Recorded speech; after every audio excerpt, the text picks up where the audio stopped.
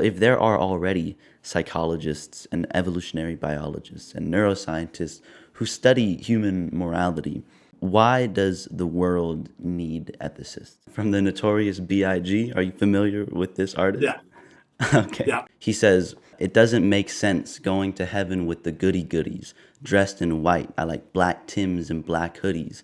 What he's saying is that's the good life for me. He's not saying, oh, it's conforming to these rules we've been programmed to live with. He's mounting a critique of the kind of life that gets you into heaven.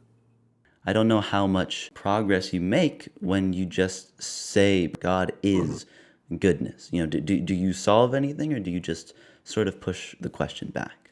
If we're right that God is the all good one, then we should do what he says. Right? But we haven't gotten an ultimate explanation of goodness. We've put it in at the back end. What is your own view on the nature of morality? How do you conceptualize the good and the bad, right and wrong? Hello and welcome to The Discussion. This channel is here to serve as a platform for thoughtful conversations about God, philosophy, religion, history, music, and more. My name is Nahoa, and I'm here to ask questions, to seek truth openly and critically, and to share the journey with you. You should do what's right. That almost seems like a tautology. I mean, what is right just is what you ought to do, right? Okay, but what makes something right or wrong? What explains goodness and badness? What makes honesty a virtue and egotism a vice? Why is loving others admirable and murdering others deplorable? Is it because a divine being commanded love and prohibited murder? Is it because our culture happens to celebrate love and frown upon murder? Does the explanation have to do with human rationality or intrinsic value?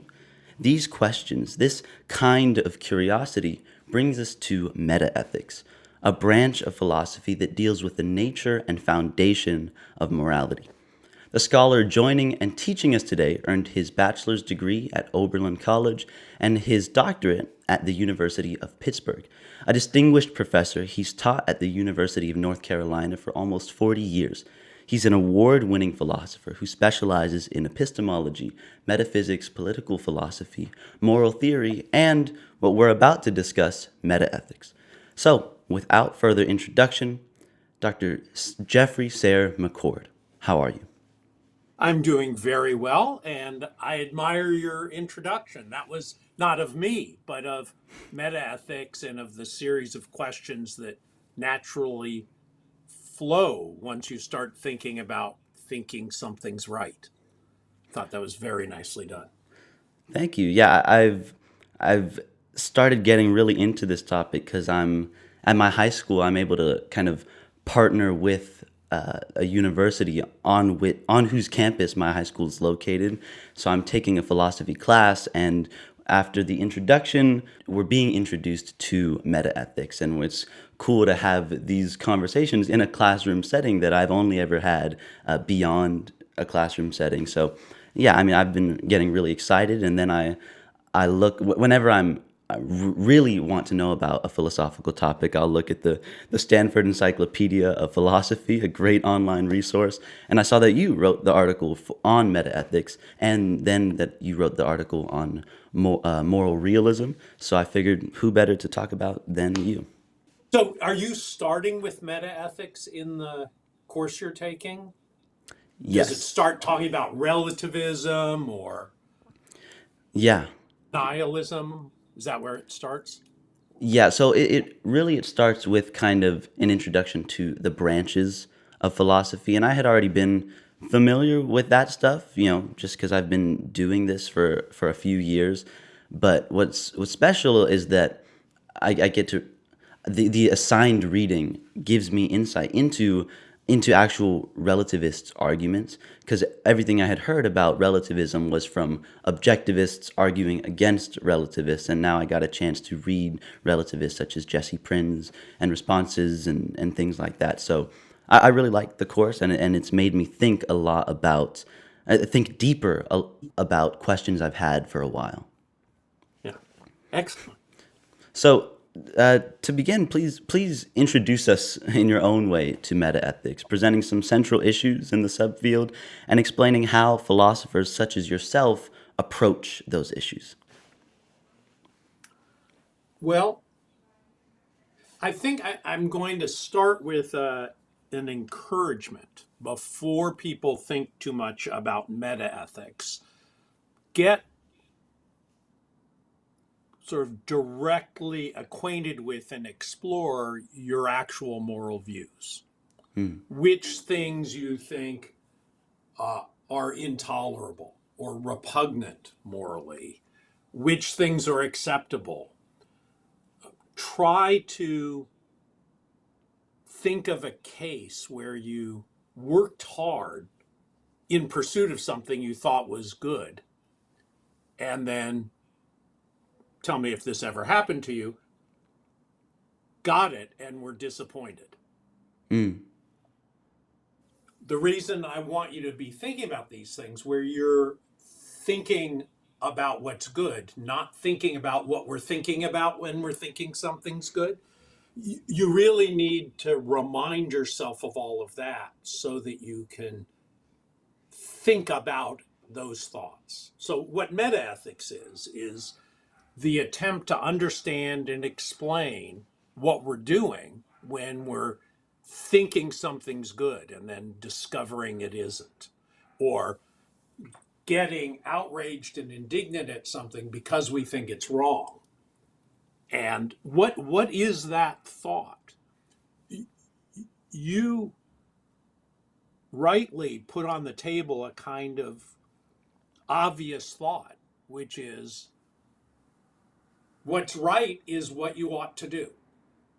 This is, in essence, the way Mill thought about rightness. He thought what you ought to do is the best thing, and the best thing is what's right. And he said, often you'll do less than the best through no fault of your own, but it was still the wrong thing to do. That's the way he wants us to think about it. Other people think, no, the rightness and wrongness of what you do isn't tied to what the actually turned out to be the best thing, though you couldn't know it. It has to do with why you're doing, what your reasons are for it. And that's a pretty important contrast, because what Mill says is often when you do the wrong thing, you're not blamable for it. You couldn't have known. It just didn't turn out to be among the best options you had. A nice analogy here is you could think of financial investing as the right investment to make is the one that'll make you the most money. But of course, when you're making financial investments, you don't know what that is. So you have to try to figure out what it is, knowing you could get it wrong. So standardly, people talk about what the way to think about these decisions is to think about maximizing, it's often put this way, your expected utility. It's not that as long as you maximized your expected utility, you did the rational thing, you did what you ought to do, but it may not turn out so well. You may lose a lot of money because what's expected isn't always what happens. Is this making sense to you? Yeah, it is making sense. And for me as well as the audience, could you maybe give us an example, maybe from your own perspective or something in the literature of, you said to start by analyzing what you think is intolerable or maybe something that definitely ought to be pursued, just to kind of get a grasp on your own views. Maybe could you give us some examples of what that looks like? Well,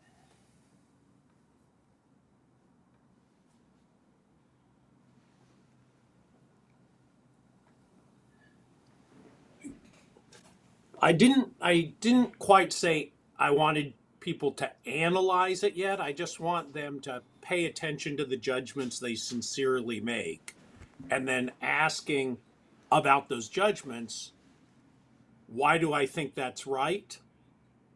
What's an alternative? What would change my view that I might discover?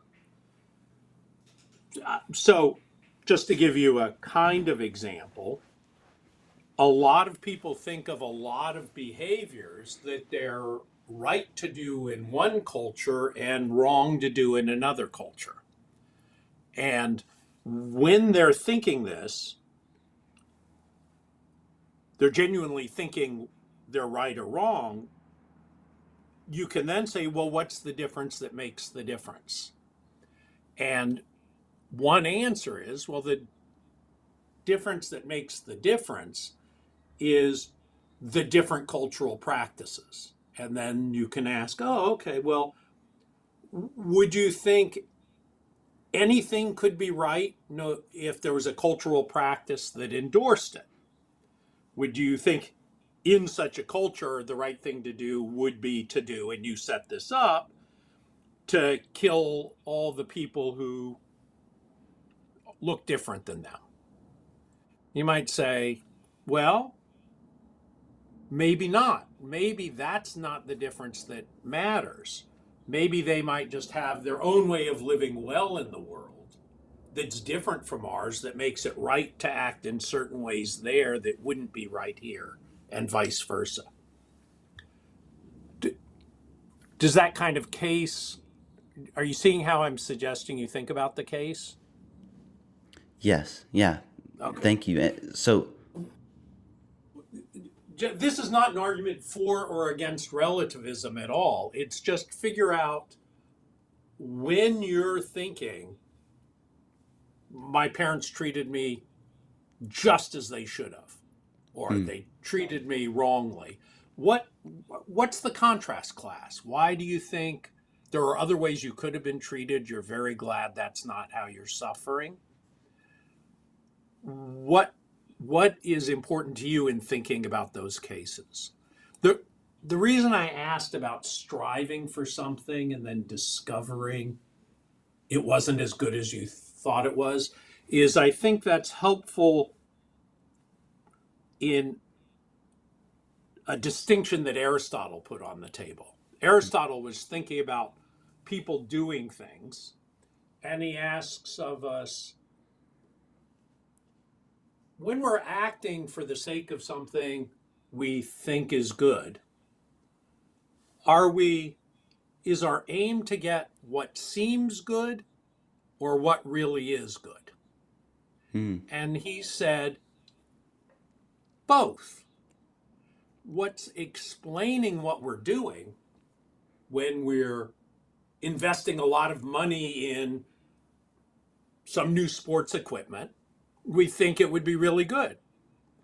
But if we get the equipment, we've worked hard to raise the money for it, we've got the equipment, now we've got it, and we discover it's not that good, and we're disappointed, we're not changing what we were after. Our disappointment shows we were all the time after really good sports equipment. We thought this was good. And then when we experienced it, we discovered it wasn't. A firsthand experience of mine that I mention periodically is I moved to a new school in sixth grade. And I thought, oh, great, chance to make myself over.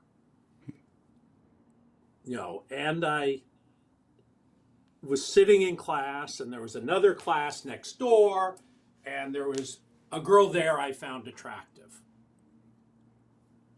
I didn't really analyze what was going on, but that's what I thought. And then I thought, oh, spending time with her would be good. And she apparently thought the same. We exchanged notes, and we worked to arrange so that we could meet, because we did all this not having met. This is sixth grade. Then when we met, we realized, oh, boy, did we make a mistake. It just wasn't what we were hoping for, what we were after, what we decided to work hard to be together to bring about. And so what that does is it makes you think, okay, well, so what was so disappointing? And as you start to think about what was so disappointing, you start to get a better sense of what you're after. When you're after something good, that relationship for both of us didn't have. Um, and that's when you're starting to think seriously. What are you're gonna maybe choose colleges, and you're gonna, I'm assuming, be after getting going to a college that's really good for you. And then you have to think, so what constitutes that? And that's all going to be what you think. Hmm. But then you can learn new things when you go to the college and you realize this is the place for me.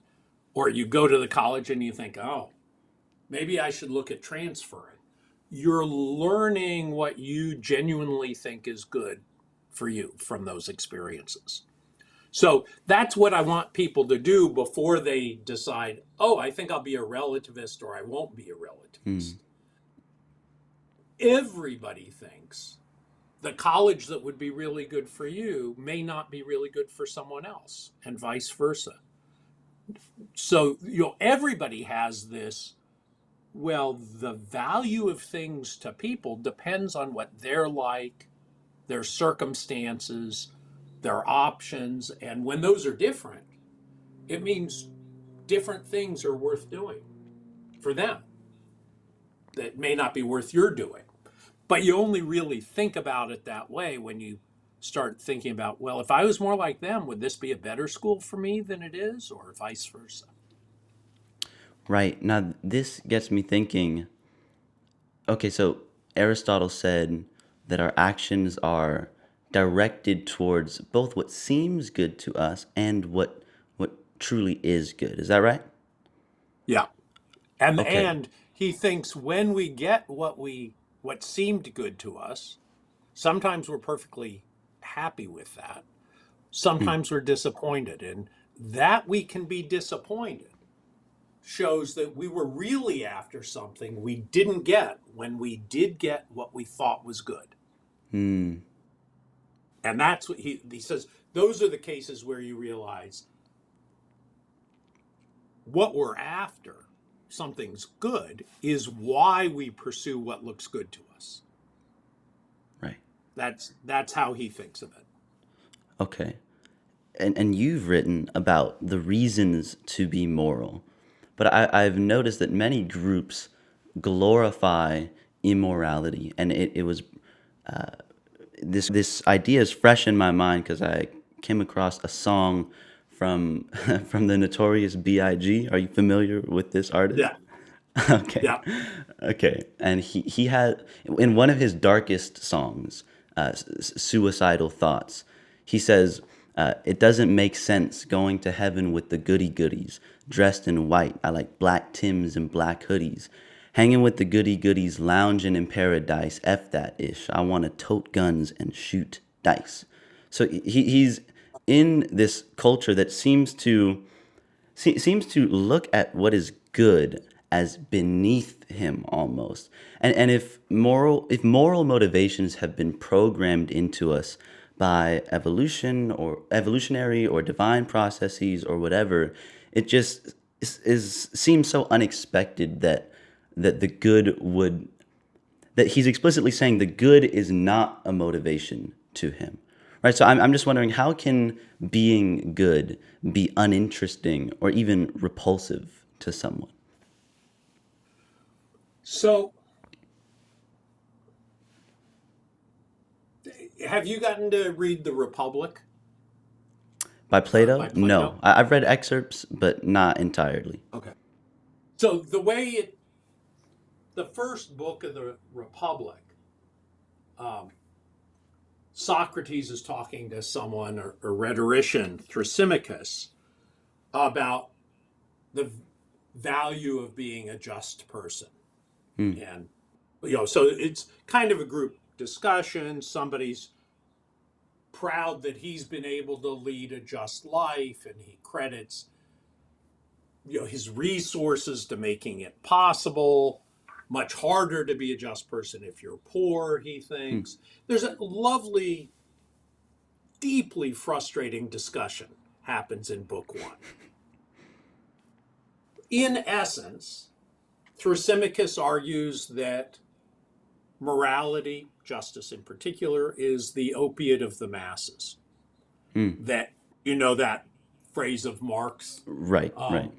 The idea, Marx was talking about religion, but the idea is there's some powerful people in the world, and they program us, to use your phrase. They arrange for us to believe we're subject to all sorts of restraints. And the reason they do that is because that makes their life, from their point of view, better. And that whole discussion, eventually Socrates gets Thrasymachus to walk away, but it's not a very satisfying discussion. You don't feel like you really understood the best versions of either of their views. And so this guy Glaucon comes on the scene, says, Socrates, do you want to have just seemed to have convinced us? Do you want to just have won the debate? Or do you want to really convince us of your position? And Socrates says, oh, I want to do the latter. Then the rest of this isn't the only thing the Republic does, but it's a development of Socrates' idea that there's value to each person in being a genuinely just person. And he starts by considering a view of justice that he doesn't reject. But if this view is right, if this view of justice is right, the only thing good about justice is how it controls other people and benefits you. So the view of justice is, the way Glaucon tells it is, smart people would get together and realize they're all better off if they could set up some rules that let them feel safer, that they work together to enforce those rules, to keep people from stealing from them or beating them up.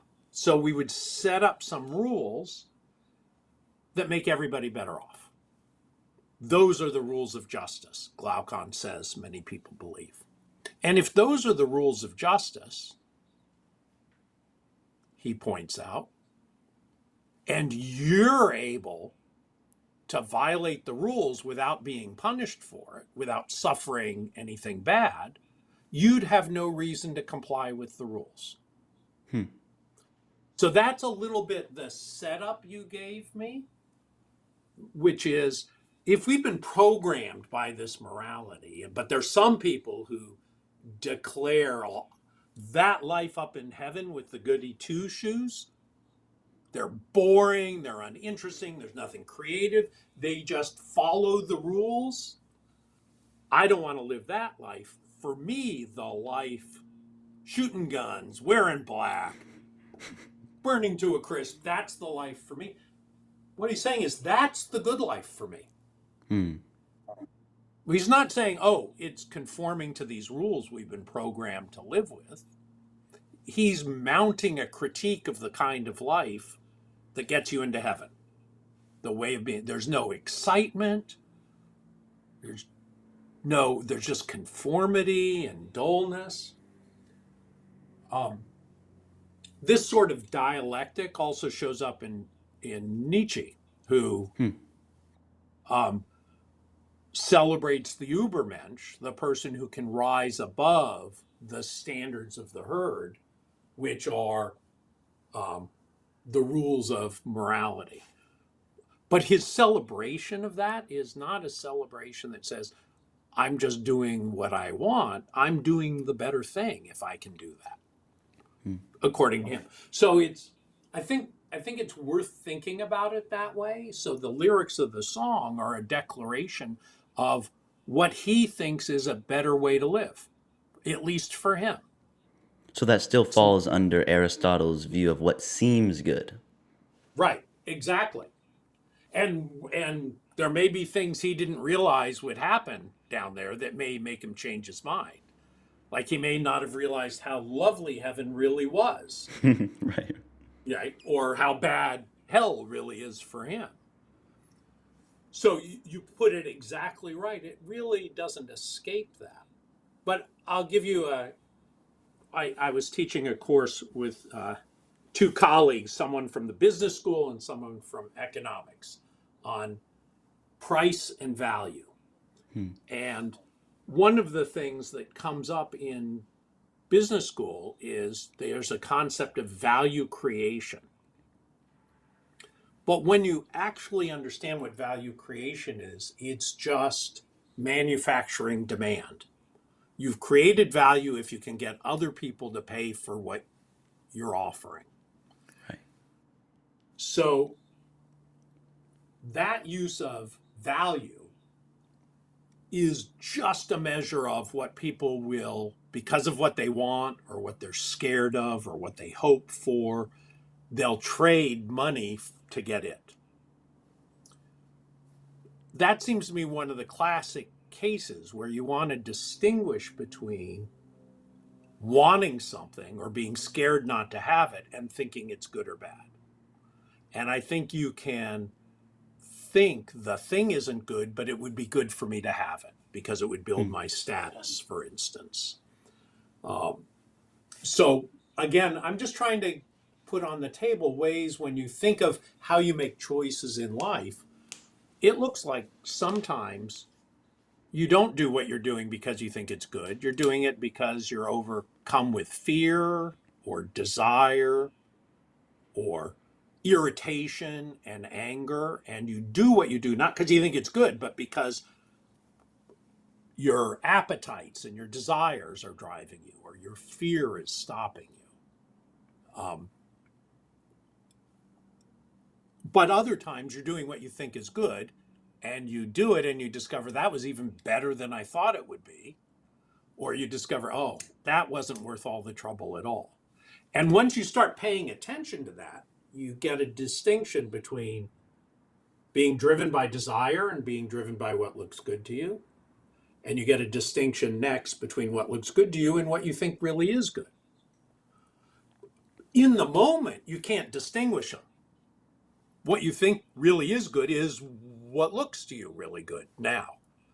But when you look retrospectively, you can see, oh, I learned those things weren't good. Bet I'll do some more learning. Hmm. So you're making a distinction, or you've been making a distinction between what seems good and what is good, and maybe you can't tell in the moment, but there there can be a difference. And you've also used the term relativist. So we need to make some distinctions as well for our audience who might not be familiar. Someone could ask, are good and evil real? Right? But that might be a bit too simplistic. In your article, The Many Moral Realisms, you break down the main competing views: objectivism, subjectivism, and intersubjectivism. So I wonder, you could break these down for our audience, please. And also, what is your own view on the nature of morality? How do you conceptualize the good and the bad, right and wrong? So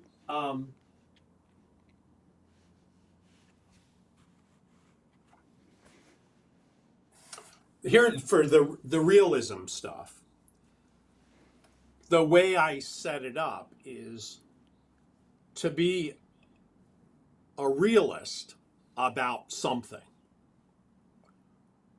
about scientific facts or unobservable entities or legal claims or moral claims. To be a realist, you have to think that those claims can be true or false, and at least some of them are true.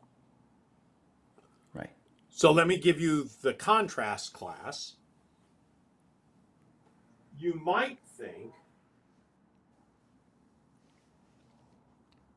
saying something is good is like cheering for it.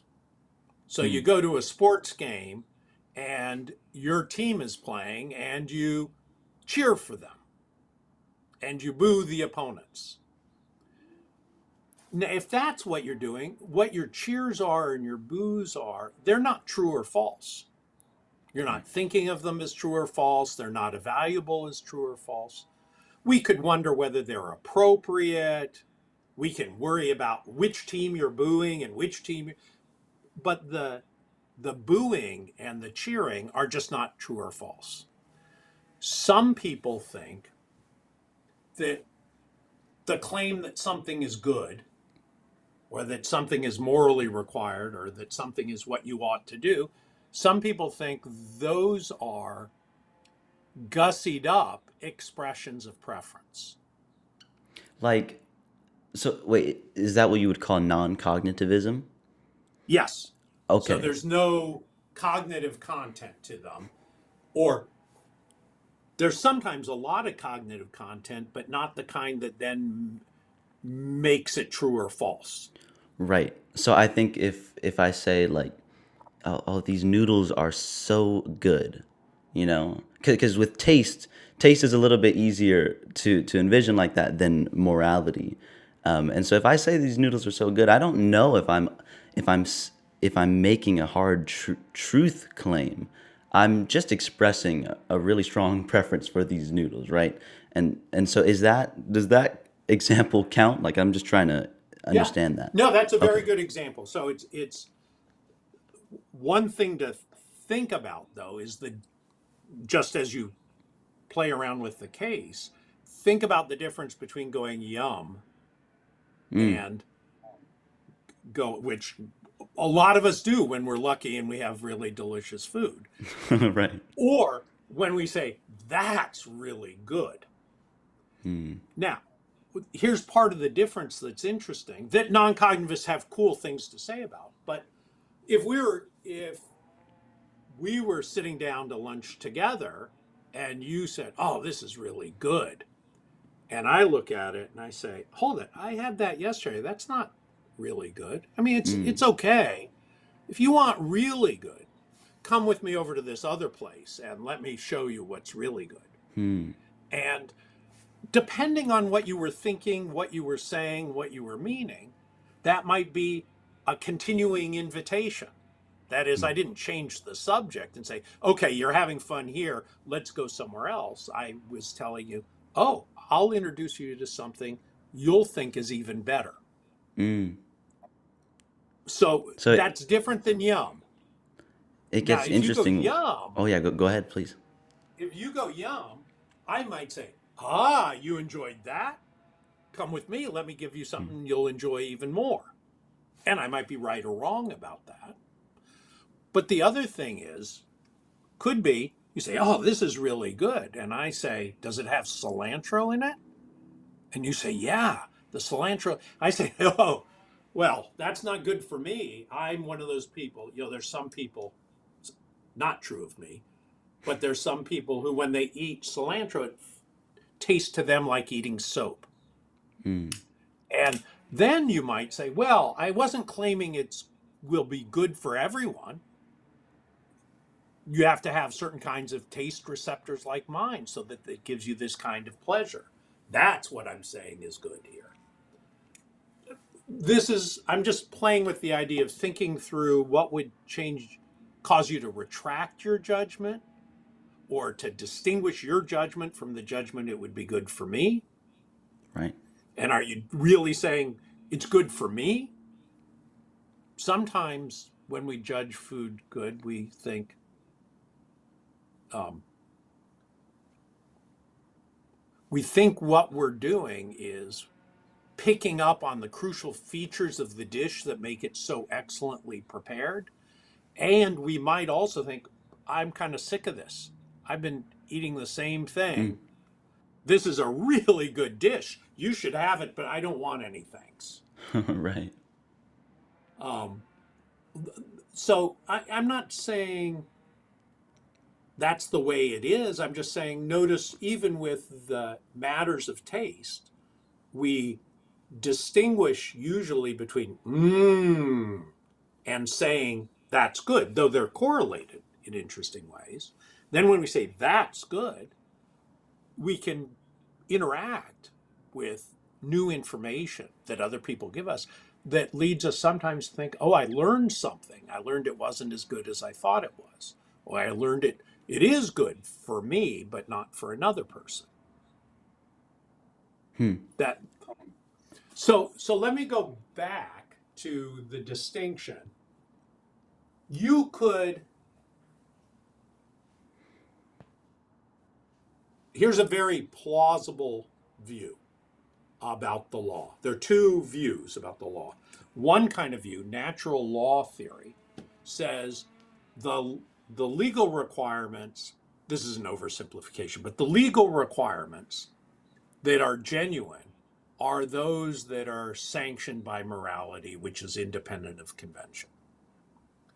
So if you set up a supposed legal system that violates various moral requirements, you've failed to establish a law. So there's a standard for the law that's universal, set by nature or by God. A different view is no Wait, so different sorry, legal. could I Yeah. was maybe to think of an example of that. You're talking about if there's an un an unjust system. So something is maybe legally like there's a law prohibiting something, but if it's not consistent with morality, then it's not actually binding. Like I think of of Gandhi when he breaks the law, right? Picking up salt, but he didn't do something immoral, right? And is that a kind of distinction that a natural law theorist would make? Well, it's a little tricky Okay. because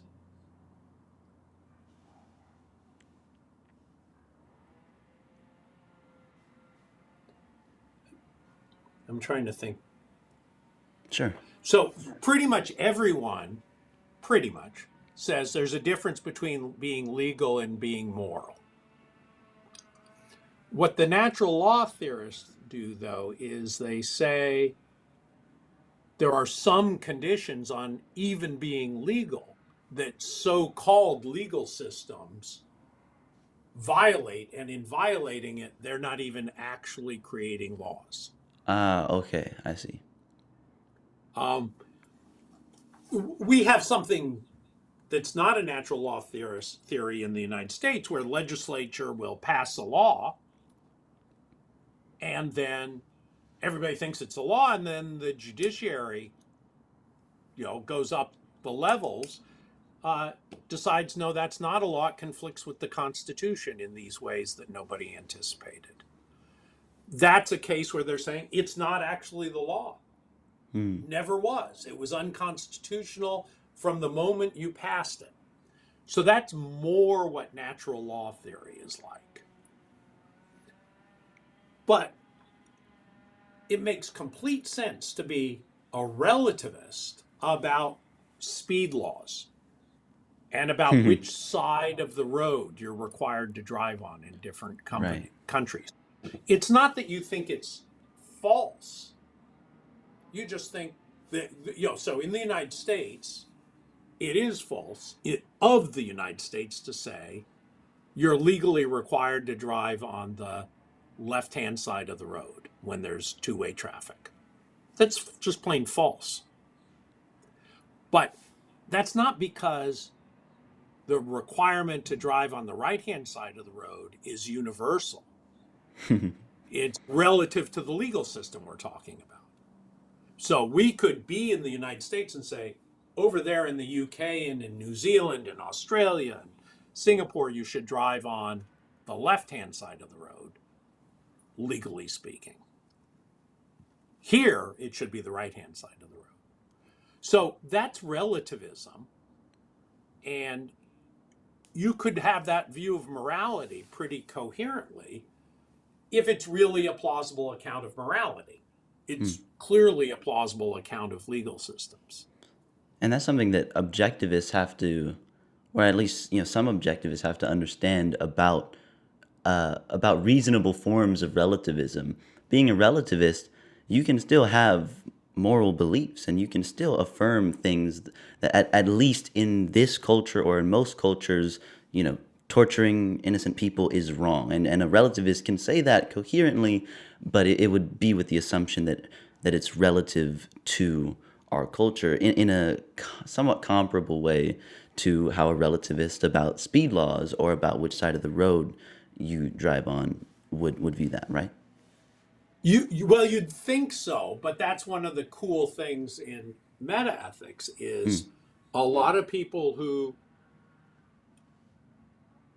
consider themselves objectivists, or at least not relativists, think that there's not a good explanation of the status of the claim as a moral claim if it's just based on, say, local conventions and practices.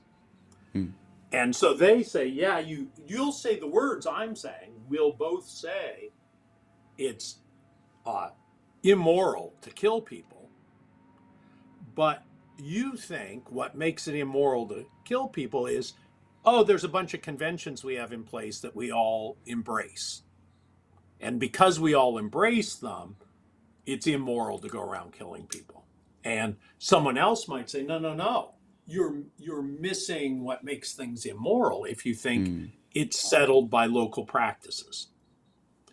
So you did a very nice thing. You said, well, everybody recognizes local relativism in some sense.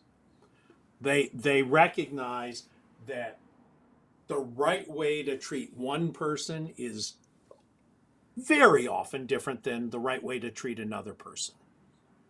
It's not that you should treat each person exactly the same. They might be your friend and the other person might not be your friend.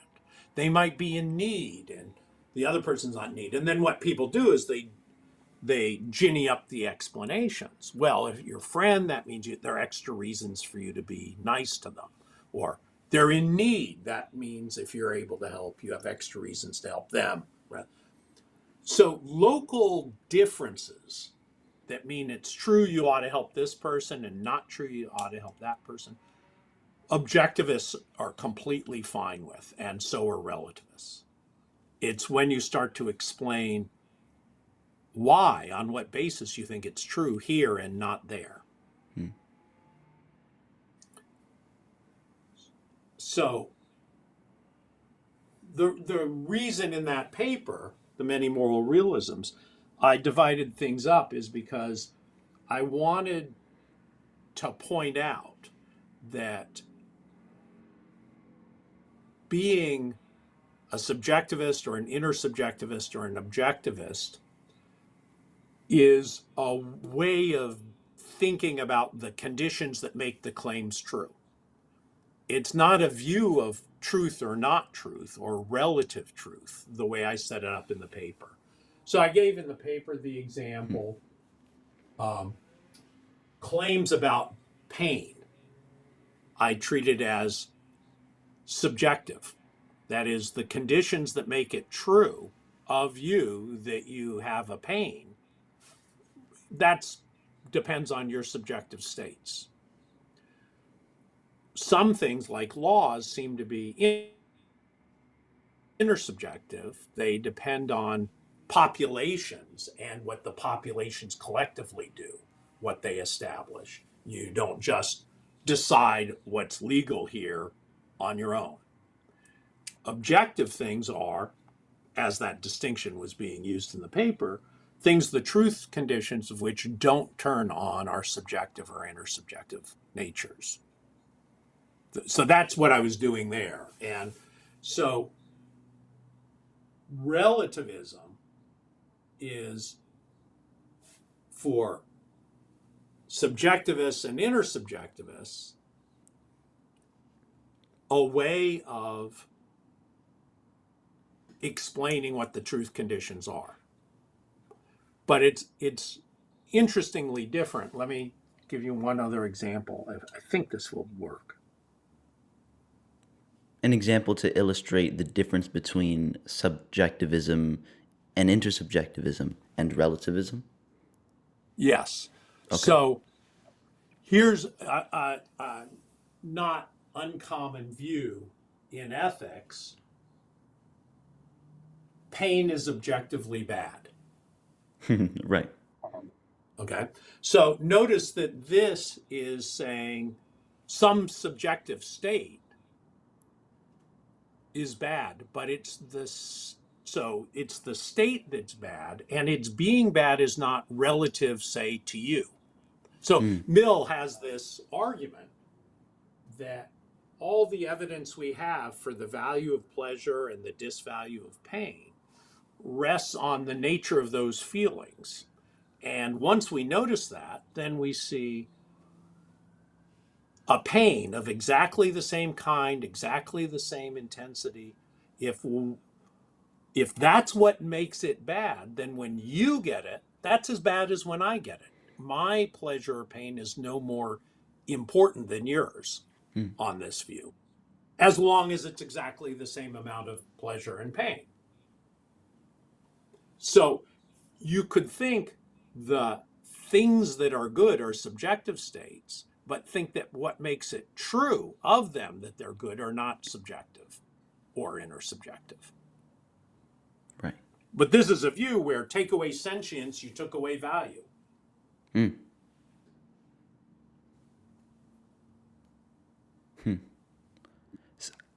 Okay, I was talking with a philosopher who doesn't think that I think his view was that there is no intrinsic value in people or in because I gave an example of like well we were talking about why can death be bad, and I was giving an analogy. If there's a beautiful work of art, a hard drive with a bunch of music on it, or a painting, and maybe the artist him or herself has forgotten about it, no one sees it, so it doesn't bring anyone pleasure. But if it burned, right, the storage container that in which it was stored, it was destroyed.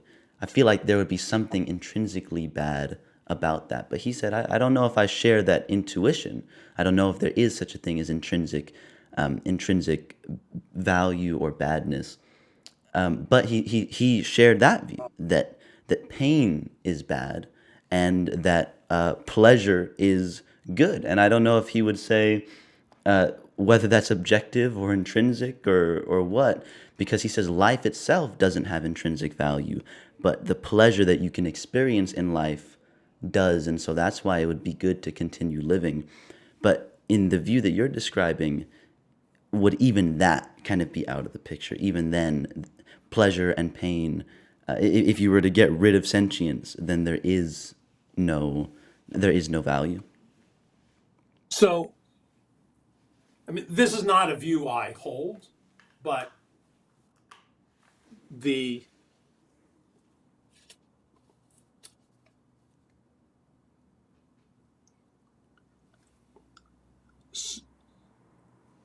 so a thing to think about is what's he thinking about? What are you thinking about when you talk about intrinsic value? Mm, Um, so we could all, let's just stipulate, think that pain is bad, and now ask why? What makes it so bad? And somebody might say, how it feels. And then you'd worry, well, are those two different things? Or is pain that you don't suppose pain you don't feel not pain at all? So what you're let's just pretend, stipulate, no, it's the feeling of pain that's bad. And that's when you feel pain, there is pain, and there's no way to break those apart from each other. Now we can ask, what's so bad about it? Here's a view. It gets in the way of me accomplishing my ends. mm, That's a view of the badness of pain that says what's bad about it isn't what it's like in itself. What's bad about it is what follows from it, the mm, consequences that come from it. So that would be a view where pain is bad, often very bad, but what's bad about it isn't understood just by saying it's painful. mm. Even if it's the pain that keeps you from achieving your ends, the right thing to say is what's bad about it is it because of how it feels, it keeps you from achieving your ends. You can't focus as well, blah, blah, blah. But on that The, view, then focus would be, you know, exactly. okay, okay. Yeah, exactly. And then you say, okay, so is focus good in itself? Being able to focus? And here's the thing to pay attention to. Maybe not that, maybe something else. But if you end up saying nothing is good in itself, nothing is intrinsically valuable, then it's really a confusing view because it sounds like any explanation of what's good about things is going to point to its relation to something else, but none of those are going to be good in themselves, so they're going to point to something else, and you're never going to get an account of what the good things are. Um, we may be stuck with not having an account. I don't want to say, oh, if no account, then it's nonsense. But I don't understand a view that says, what's so good about this thing? Nothing intrinsically good about it, but what's good is its relation to this other thing. And then you come and say, because this other thing is good, right? And they say, yeah. And then you say, okay, well, that other thing, what's good about it? It's not intrinsically good. You either go around in a circle or an infinite regress. And that's what's puzzling Mm. about the claim. But some people distinguish being intrinsically good from being um, good in itself, or Hmm. this is a rabbit hole probably not worth going down right now. But the point is, for the lyrics of the song, we could go back and could figure out what the singer was thinking was good. And we Hmm. might not be right as we talk to him. He might say, no, no, no. What I like about shooting the guns is the noise, is not the noise. I've lost my hearing. I can barely hear it, but the feel in my hand, or the sense of power, or the or money or the the, respect or exactly. which themselves seem to be things that are only extrinsically extrinsically good, but ultimately I was wondering kind of what your view is, if you are more inclined to one of these views, objectivism or intersubjectivism, or kind of what seems most plausible to you.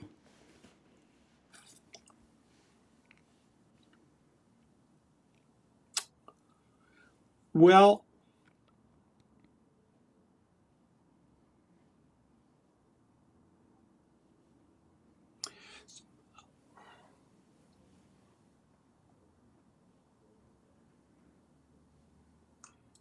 I'm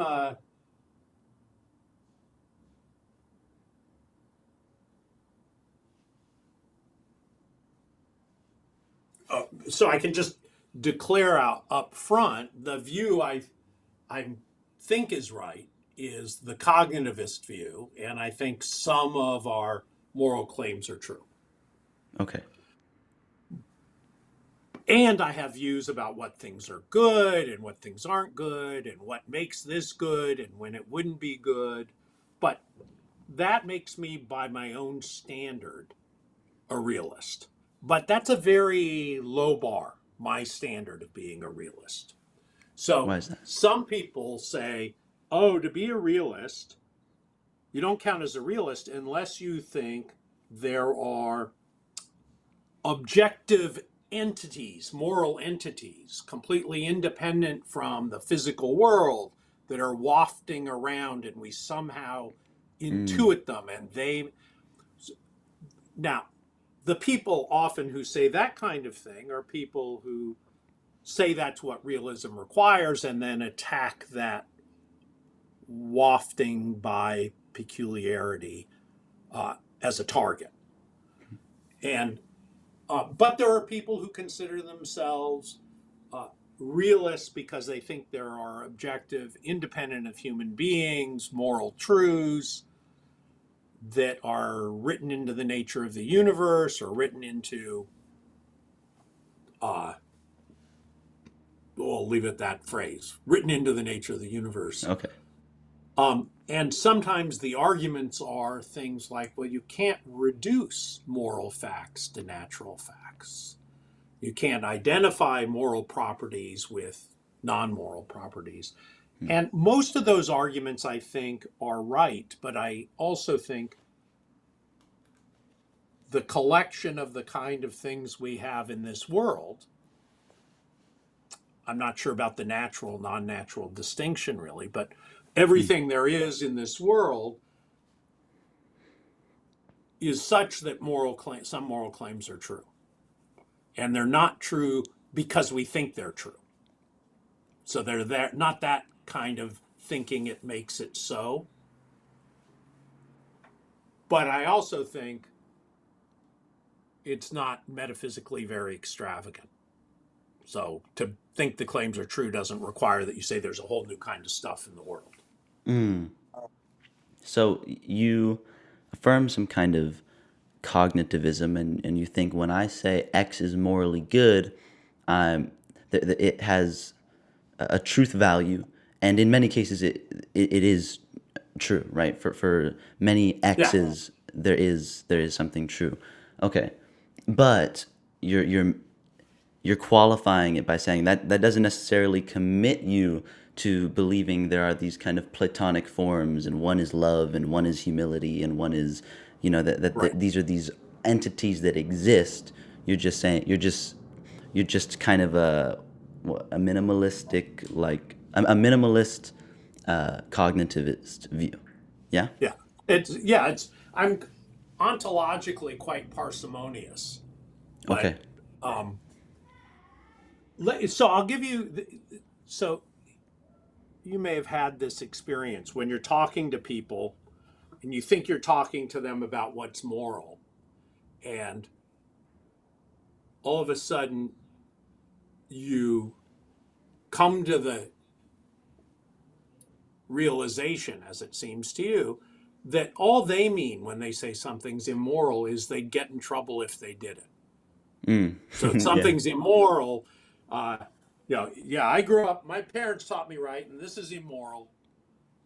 And then that they're not thinking that's a reason not to do it. It's just a reason not to get caught doing it.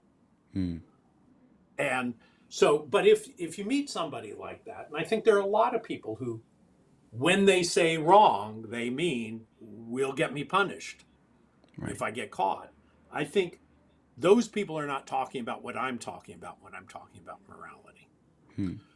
I'll give you a true story, short version. You can edit this down, right? Yeah, I can. I mean, I appreciate how much time you're giving me with your answers. I'm wondering how much time you have left, because we're already at an we hour, we and I have. yeah, if you have a little more time, I have a little more time. Yes, I do. So, Okay. okay, yeah. So So I can edit whatever you'd like me to, but I'll probably keep most of it because I think this is good stuff. okay, well, when my wife and my fiance and I decided we'd get married, we went and talked to my future father-in-law. Let's. I'm trying to get. I'll give you an abbreviated version.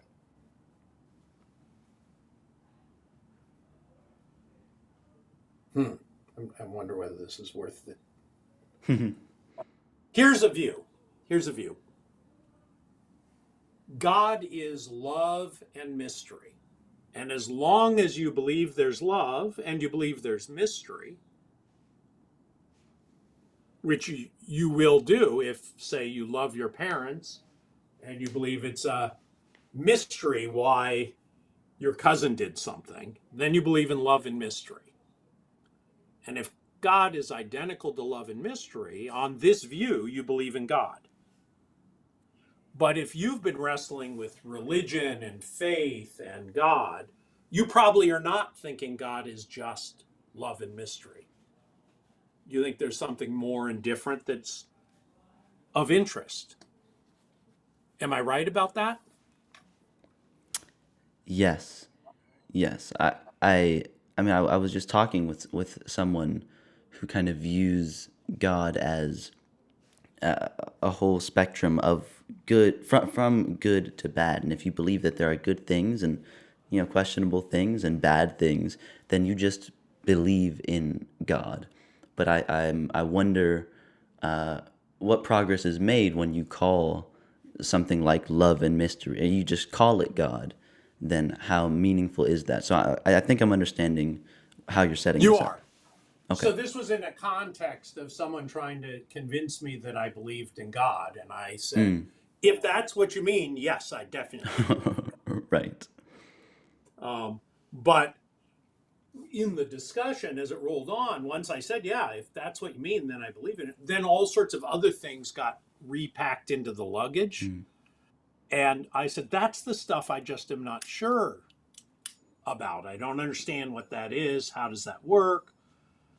And so I said this because it's not trivial to be using words in the same way to talk about the same thing when you're talking with other people.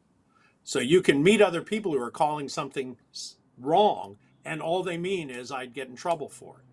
And you're thinking, no, no, no, I'm telling you why you shouldn't do it, even though you won't get caught, or why you shouldn't do it, even if you could get away with it.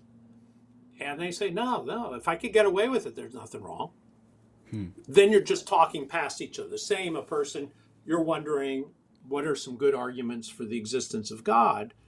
And somebody says, well, you believe in love and you believe in mystery, that's God, end of argument.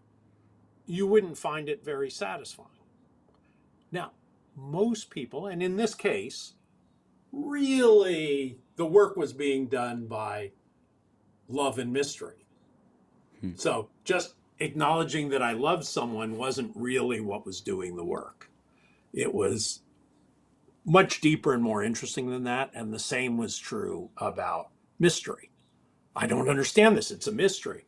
No, no, it's the kind of mystery he believed in that was Right. the real answer. But we didn't get to that in that discussion. So I've been struck by the extent to which people call things moral or immoral. And probably they're just saying, I don't like it. And then I say, that's not what I'm talking about. I noticed that some people on different sides of this debate kind of talk past each other for that reason, because they mean different things when they talk about moral values. So a relativist coming from a more psychological standpoint might talk about morals as internal emotional states. By contrast, an objectivist coming from an ontological standpoint might talk about morals as external, independent standards, or kinds of things in and of themselves that exist. So when there's a debate between different perspectives, there's some kind of equivocation where the terms are used in reference. This person is referring to objective features and this person is referring to subjective features, and there's just no they can't get anywhere because they don't understand each other, even though they're using the same terms. And I feel like that's one problem in metaethics, but just in that communication in general, where in In order to general. have a good conversation, you need to clarify your terms. Right. I mean, so a great place to look, Jesse Prince, who you mentioned earlier, Right. former colleague of mine, fabulous philosopher, one of his projects was to take David Hume's work and modernize it with contemporary psychology. So Hume had done much more armchair psychology, and Right. Jesse really worked very hard to update his style views as Jesse understood them with all the psychological mechanisms we now know. But he and I disagree on how to understand Hume's account of moral judgment. We both think the passions play a crucial role, and the passions are psychological states of people. But on my view, the standard of morality is not set by the passions we actually feel. And I have a story of how Hume is thinking about this that is meant to be compatible with Jesse's insights, but saying you haven't, he's inclined to think I've told you the whole story of morality when I've told you about the passions and how they work and why they work that way. I think I'm being fair here. And I'm inclined to say, no, there's a part of the story that Hume has that gets him much further. Now we were talking about. I mean, this was one of my questions that I had prepared, and we're already discussing it. Where you just call something divine, right? You talk about love and mystery. Oh, we both believe in love and mystery. That's God. So one solution to, if we're talking now about the source of morality, the source of goodness, what explains why something is right? Many theists will say, well, probably most people throughout the world and throughout history will say God, right? God explains goodness. And then you ask how? Okay, so maybe your moral duties, what you ought to do, is what God, as in a supreme being, right? A perfect foundation of reality, omni-God, maybe that's what we're talking about. This omnipotent, omnibenevolent God has commanded you to do something. Therefore, you ought to do it. So that explains your moral duties. But God commands. God's commands are themselves rooted in His nature, right? So God's will is consistent with His own perfectly benevolent nature, right? And to be good is to better reflect God's view on, or God's nature on this view. And so I want to hear what your thoughts are on that, and because I'm thinking, I don't know how much progress you make when you just say basically that God is love, right? As in identical to love, or God is goodness. Do you solve anything, or do you just sort of push the question back?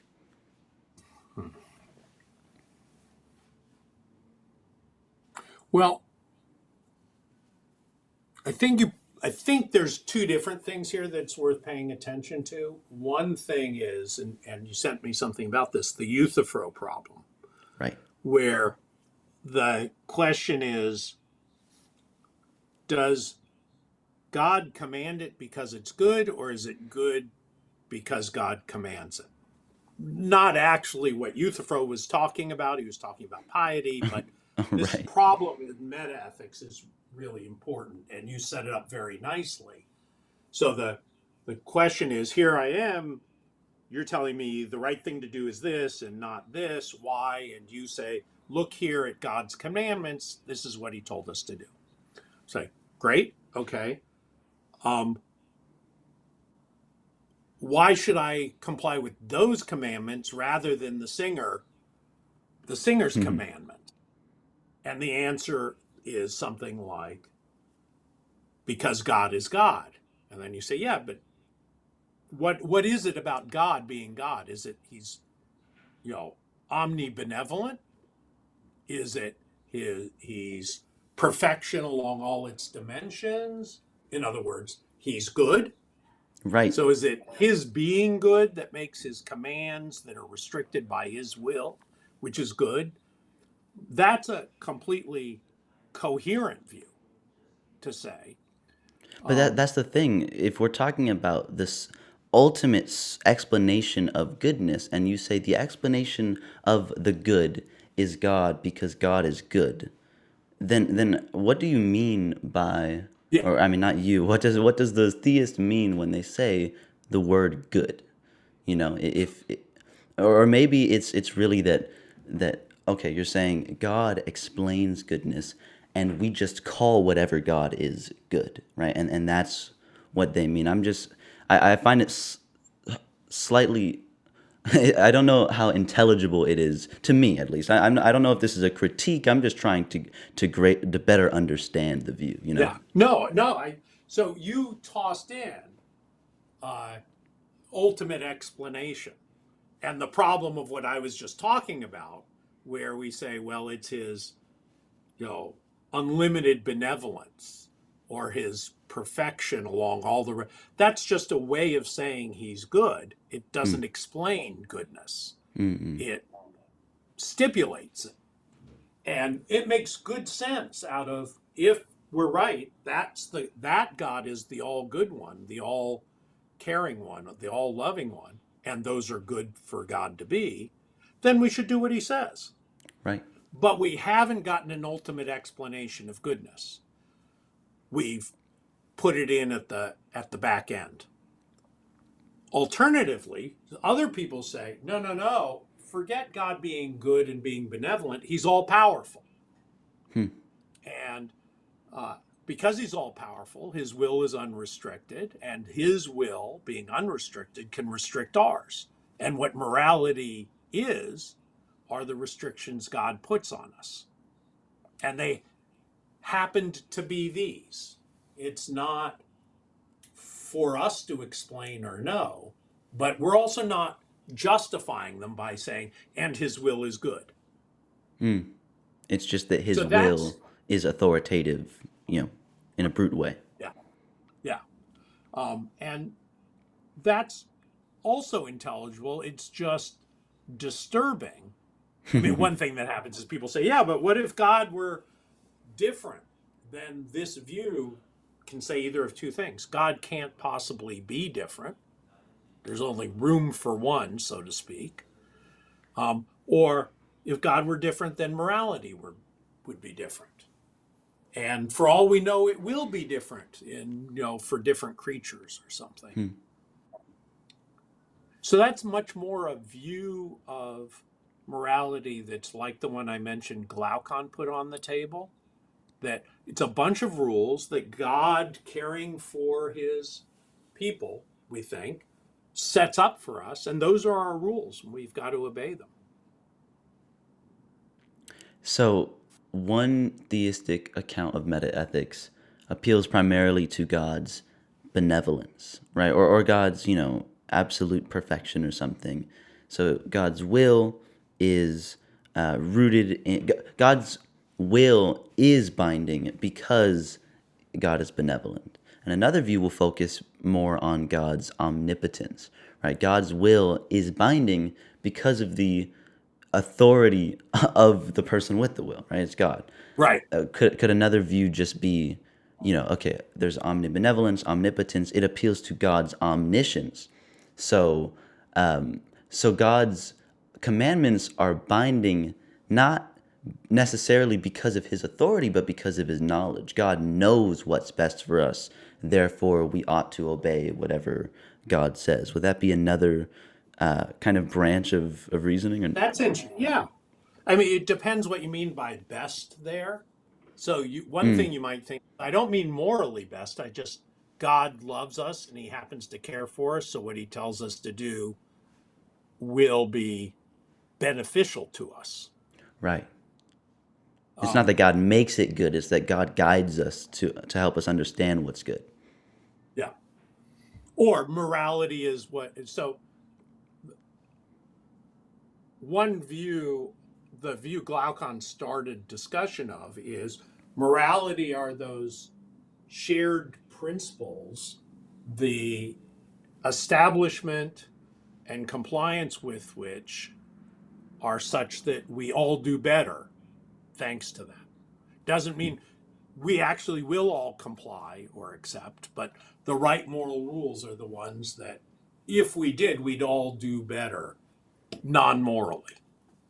So that kind of view starts with God wants us to do well, and so he teaches us to be good, because being good is how we do better. So I So, think that's an intelligible view too. so what do you think is maybe, I keep saying best in the superlative. What do you think is a reasonable position for a theist to take? Maybe to use a superlative. What is what is one of the most plausible views a theist could have relating God to the source of morality, and how would you assess it? How do you think it's successful, or maybe only successful given theism but not persuasive, to an atheist or agnostic? Just I'm wondering how you would assess the best theistic meta ethic. And this is a big So question. This yeah, is this is really in many ways out of my ken. I think I'm not well enough versed in some of the best work in the area. My disposition is is to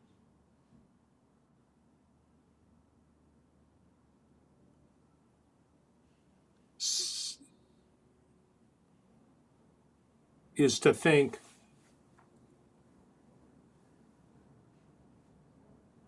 what makes God worth worshiping and obeying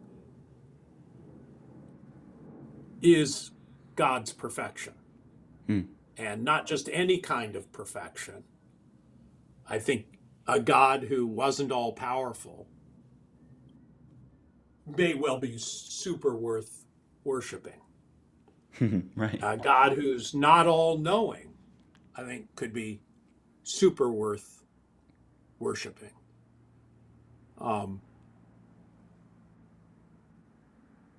But a God who's not good, I don't really understand the worshiping.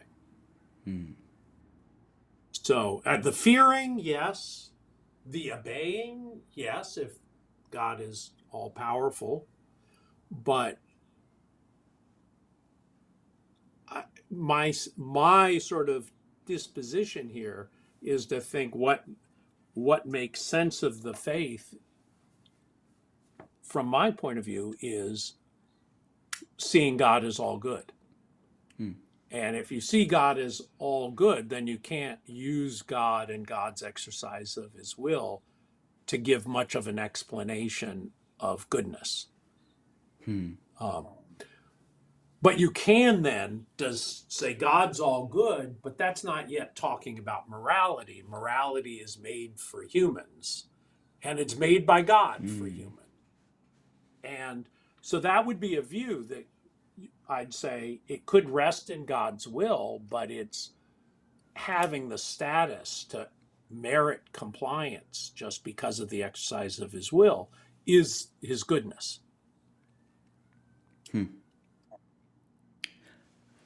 So, if you view, if you think God exists and you view God as worthy of worship, then that needs to, at least a necessary condition for being worthy of worship is moral perfection, Goodness.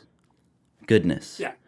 And that's fine, that's intelligible, but then you couldn't appeal to God as the ultimate explanation of Right. goodness, but you're saying you could still view God as the maker of morality if you distinguish between ultimate goodness, that is absolute perfection, and you distinguish between that and morality for humans or for creatures. Is that right? Oh, hold on. It looks like you're frozen. Either you're not standing very still and not blinking, or you're gone. All right. I think he will hit the link again. Yeah, there we go. Hey. Don't know what happened. Okay. Okay, but you're back now. Yeah. So you followed it perfectly. All right.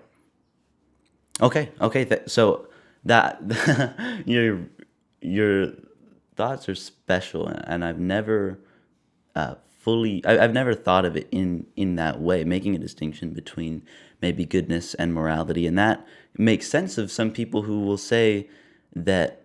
Wait, would that imply that God is amoral, not immoral, but without kind of moral standards? It allows that. I mean, the move I made and what I said is maybe morality is made for humans by God, and that doesn't apply to him or her, God, whatever, however we Right, think about right. it. So the part of the deep temptation is to try to get to an ultimate explanation. But whenever you get tentatively to an ultimate explanation, that's the thing you can't explain. And so now we're trading different things not to be explained. And I'm fine with there being some unexplained explainers. But I think to make sense of morality, just supposing God and power and a will and knowledge doesn't get you any set of standards for us that are merit, that have authority over Hmm. us.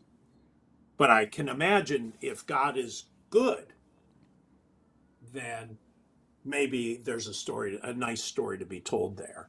But then, as you pointed out, you can't explain God's goodness by God's being prior to good. Right.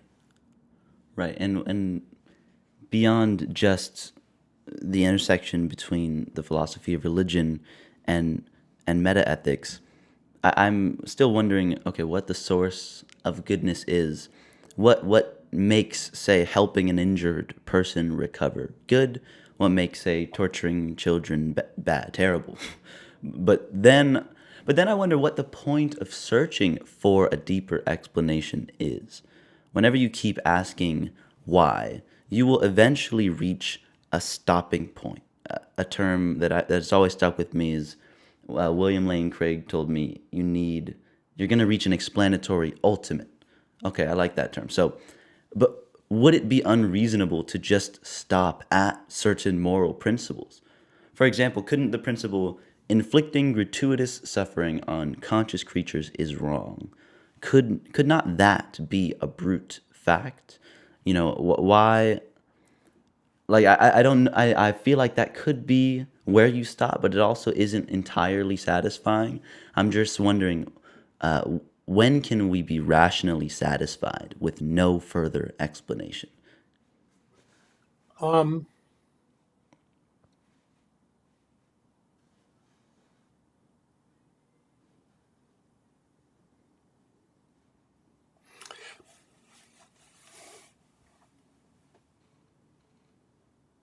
so, so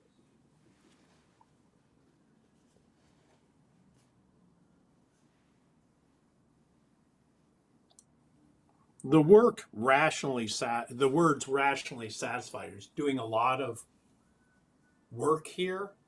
Hmm. Um, I think we and human beings in general will never get to the bottom of things. Hmm. Um, and in a sense, I think it's a fool's errand to think we ever will. Hmm. I was just listening to someone who's talking about a changing career where she changed into studying science, and she said the lovely thing about science is it's bottomless. We can make improvements, but we never get to the bottom of nature. It's it's infinite, expansionless, expanding infinitely.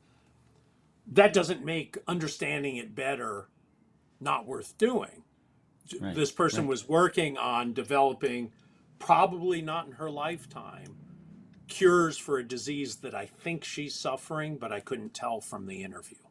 Hmm. But she wants to contribute to that. And so I think it's I worry about complacency, just saying, "Oh, well, I've got it all locked up and Hmm. I'll stop here." That's what worries me. It doesn't worry me that I will never get to be complacent by decay. Hmm. That's not an Right. attractive thing to me. So I also don't believe, what was that phrase you liked, explanatory Ultimate. ultimates.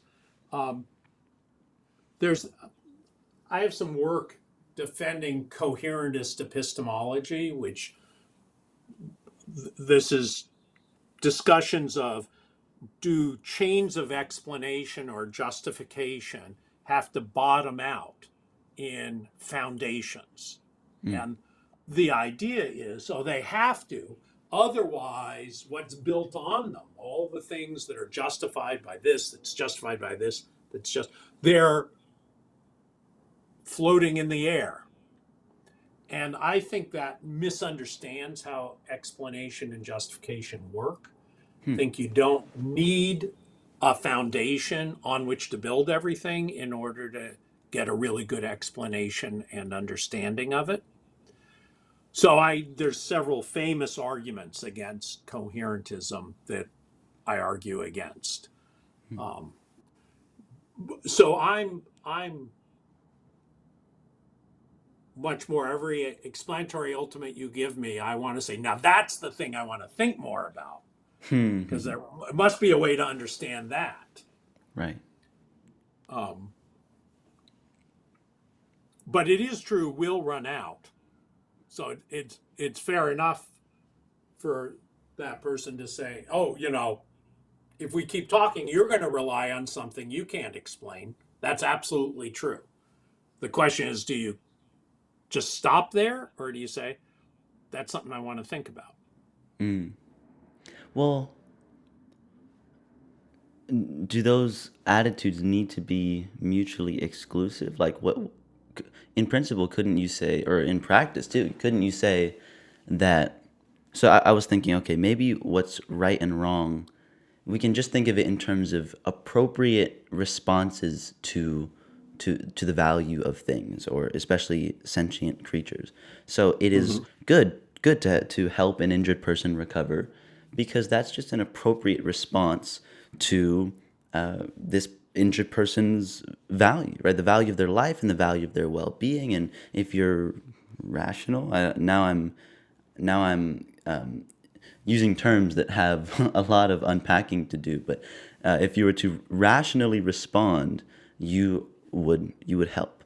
So that is a view of ethics that makes it based on just responses to value. But maybe you say, okay, maybe we stop there. Maybe you don't need to ask, why is this injured person a valuable creature? Maybe you don't need to ask that, and you stop there. But that doesn't mean you stop thinking about it.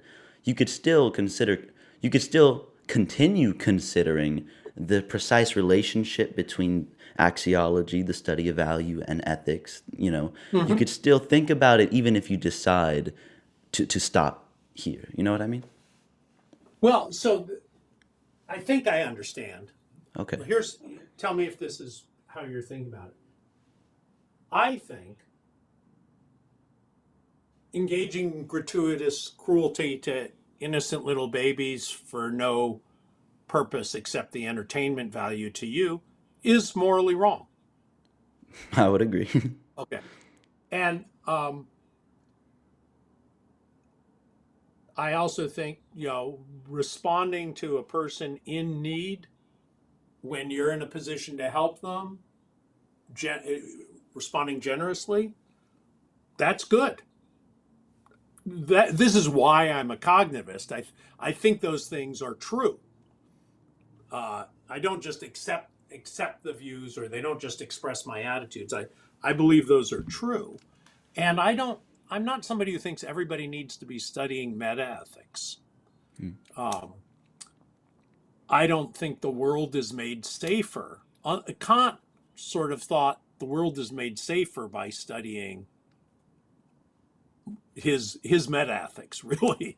And he has this lovely passage where he's talking about uh, let's see if I can find it real quick. No, I can't. Okay, it's over there. But he talks about how we all have sort of naturally the capacity to recognize what's right and wrong. Um, but he thinks that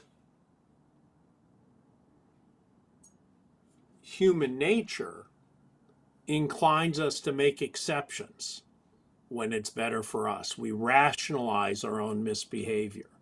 And that's especially easy to do if we don't understand the purity of morality.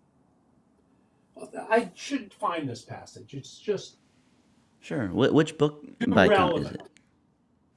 It's in the groundwork here. Okay, let's see if I can find it.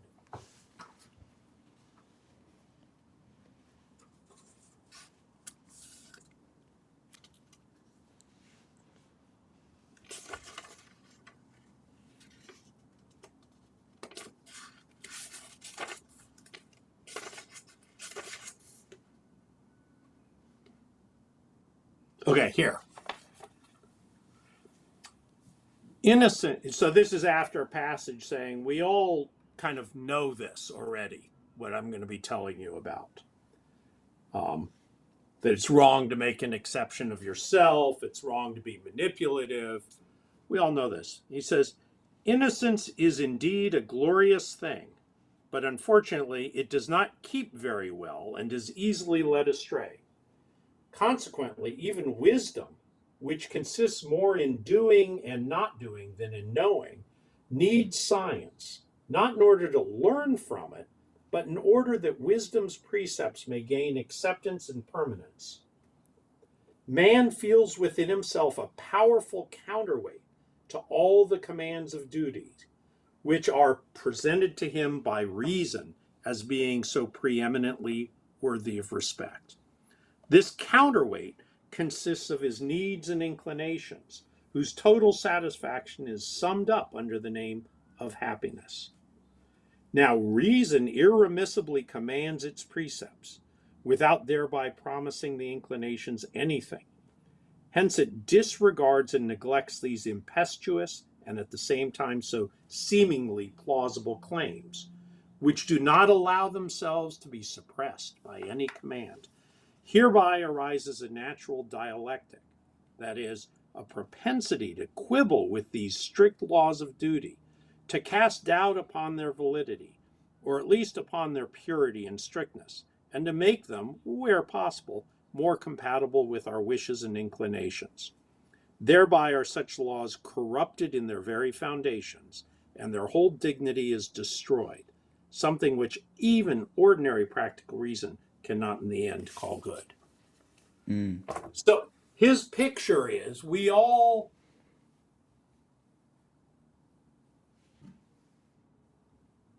recognize that there are things that would be wrong for us to do.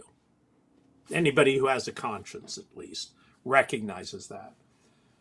And when we recognize they're wrong, we are not thinking they're wrong because I'll get in trouble, or they're wrong because if I do this, I won't benefit from something. The sense that they're wrong, he says, comes with no promise of benefit. It's just an unconditional restriction on what it's okay to do. But because we have desires, if we don't understand the source of those commands that come, he thinks, from our own reason, we think, yeah, but this way of lying, that's all right. This little theft, they'll never notice that it's a big corporation. And he says, once you start doing that, you've completely lost sight of the commands. And I think, so his hope is read this, understand it, and you'll get the strength of will not to compromise in favor of your own interests. That's so tempting. And that might be true, but I do find it stunning. As you read it and understand it, it's a thing of awe-inspiring beauty. But I'm not someone who says you better take a metaethics course and worry about the foundations of morality. Otherwise, you shouldn't go around making these moral judgments and acting on them. I think that's not right. Just like there are all sorts of medical judgments I accept. I have no idea what makes them true. But I think I have a lot of good evidence that they're true. So that's how I think about it. So I think you suffer from the philosopher's burden, which is you keep asking why. Why here? Why there? Well, it's one of the great pleasures of life to be able to do, actually. Right. But you won't hear from me an argument that people go around saying they believe in God, they haven't gotten to the foundation, that's crazy, or people believe that hurting little babies is wrong, but they can't explain what's wrong about it, except the horrible condition it puts the baby in. I think there's nothing irrational about doing those things. Right. For practical purposes, I mean, Kant just said wisdom involves more what you do and not do, as opposed to just being knowledge. And he also, what Right. what did he say? Needs science in order to be kind of accepted by the world. He was saying he's Right. saying that the field of ethics requires science. Well, yeah, I mean, what he meant was what he's doing. So, um, the let's just go to the,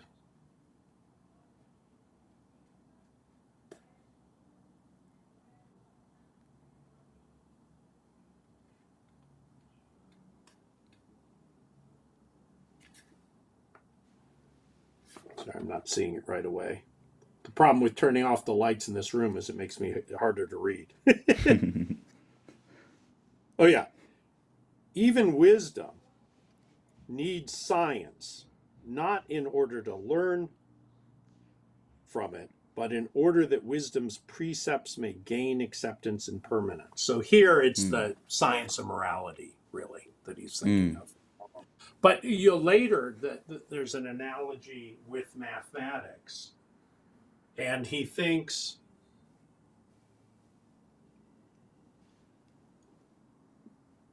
there's a lot of things we know without understanding in math the fundamental principles. But if you don't really understand mathematics, then you're just stuck with approximations. So the example I often give is, do you know what the internal angles of a triangle add up to? I thought they add up to 180. I thought, but maybe not. Maybe I'm tripping right now. I'm in a philosophy. I'm in a philosophy kind of space right now, and I'm not thinking of math. Okay. So they they add up to 180, and you can prove this in various ways. You almost surely did. Okay, wait, was I right that it's 180? Yeah, we. Oh, did you say 180? I didn't hear. Yeah, Yeah, yeah. Okay, yeah. no, I said 180, but I was second guessing myself. Um, Yeah, I don't remember. I wish we did do more proofs, because when I was introduced to like formal logic, that I really liked that, because it was a very concrete thing in philosophy where you can take an axiom and then through contraposition or and double negation get to some conclusion, and then it says QED, and I'm like, oh, that's really cool. But and I'm like, I should know this in math, but we did very few proofs. We just learned kind of the end product. So that's what he's talking about. If you haven't done the proofs, then you'll be discombobulated. You've memorized the answer, you've learned a truth, but you don't really understand it. And when it's tempting to think something else, you're more inclined to think it. Right. That's that turns out to be a good example of this. The way I often he thinks, of course, if you go around and measure actual physical triangles, they'll come out with different internal angles because they aren't really straight Right. lines. They're not made up of line segments. And so, on the one hand, you can know a truth about all geometric triangles without measuring any particular one. It applies to them all without exception. But you only know that when you understand the geometry. Little kids who learn which blocks are triangular blocks don't have the resources. They can answer how many sides they have, but they can't do much else with them. Right. Right. And if we're talking about, philosophy and then mathematics, and he was talking about wisdom and science, Right. one question that could have been a preliminary question but works perfectly here is, if there are it gets at the deep question of what philosophy contributes to our understanding of the world beyond science. So if there are already psychologists and evolutionary biologists and neuroscientists who study human morality, why does the world need ethicists? And if someone has made it this far, they can see the value of the things we've been discussing. But in principle and in practice, what do ethicists contribute beyond social and cognitive scientists? Well,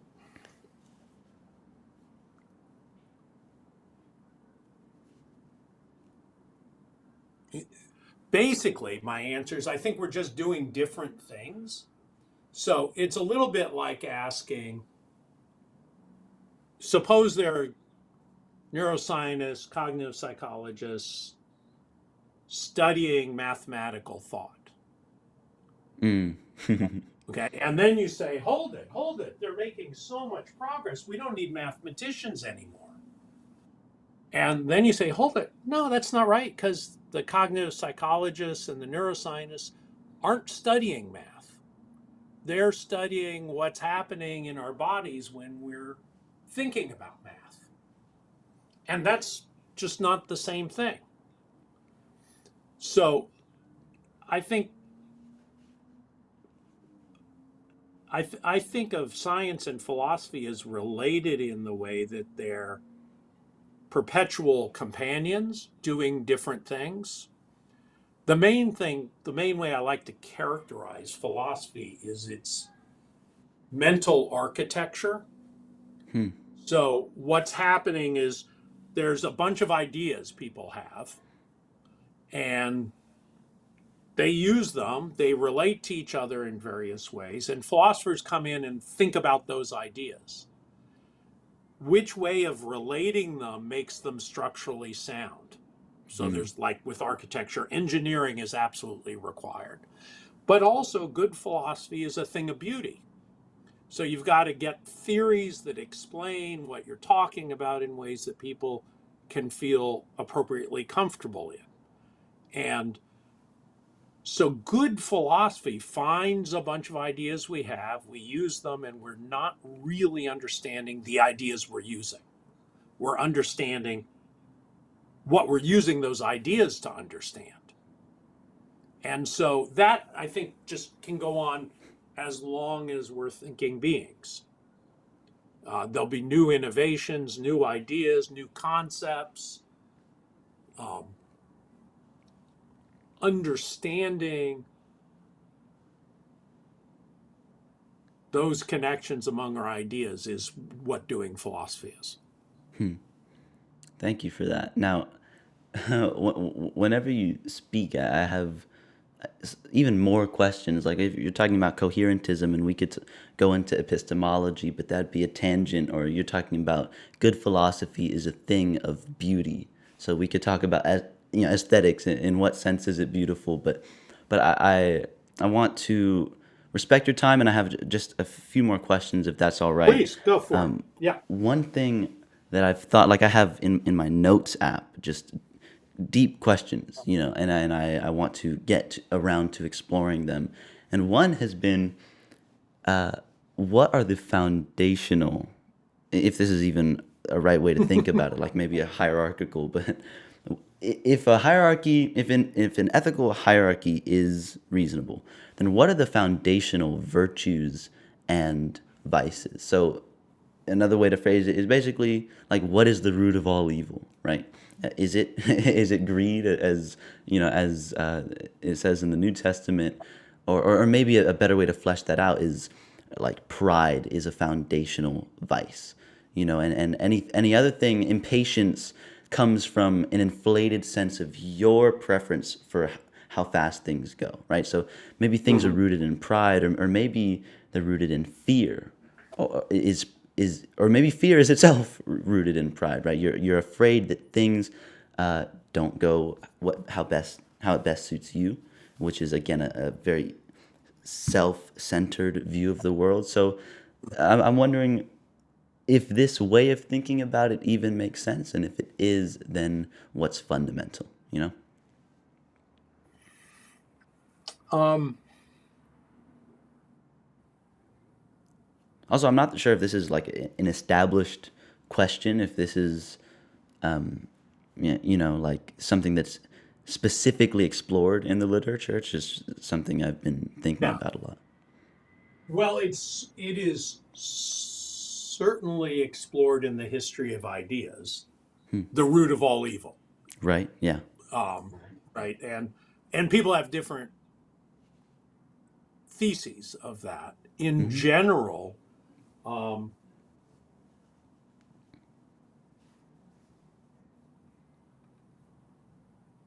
I think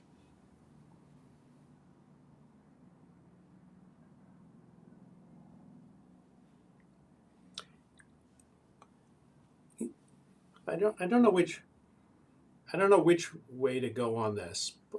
Part of me wants to say evil is a rare and scary thing, and there's a whole lot of badness. And I'm a pluralist about the sources of all the ways people are bad. Um, Other times I'm willing to think, no, there's a lot of evil, but I'm a pluralist about all the ways to be evil. So I'm not uh, I haven't found. You did a very nice job running through different hypotheses, each of which I think are good explanations of why some people do really horrible things. Um, Another example could be like in Buddhism, ignorance is a primary source of suffering, and so is affection, or sort of egotistical affection, and even then it's self, right? The self, the right, self-centeredness that's foundational to why we don't just feel pain, as in like, ow, but have deep existential suffering. And so, is it pride? Is it ignorance? It's just I don't even know if I'm looking for a specific example. I'm just kind of wondering how to approach these sorts of questions. so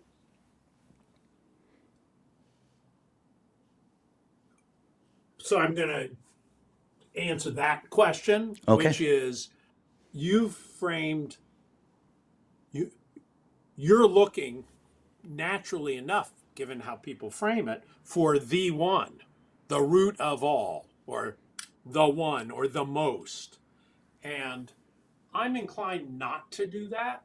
I'd recommend instead taking some cases and asking, how are you going to understand what this person was doing?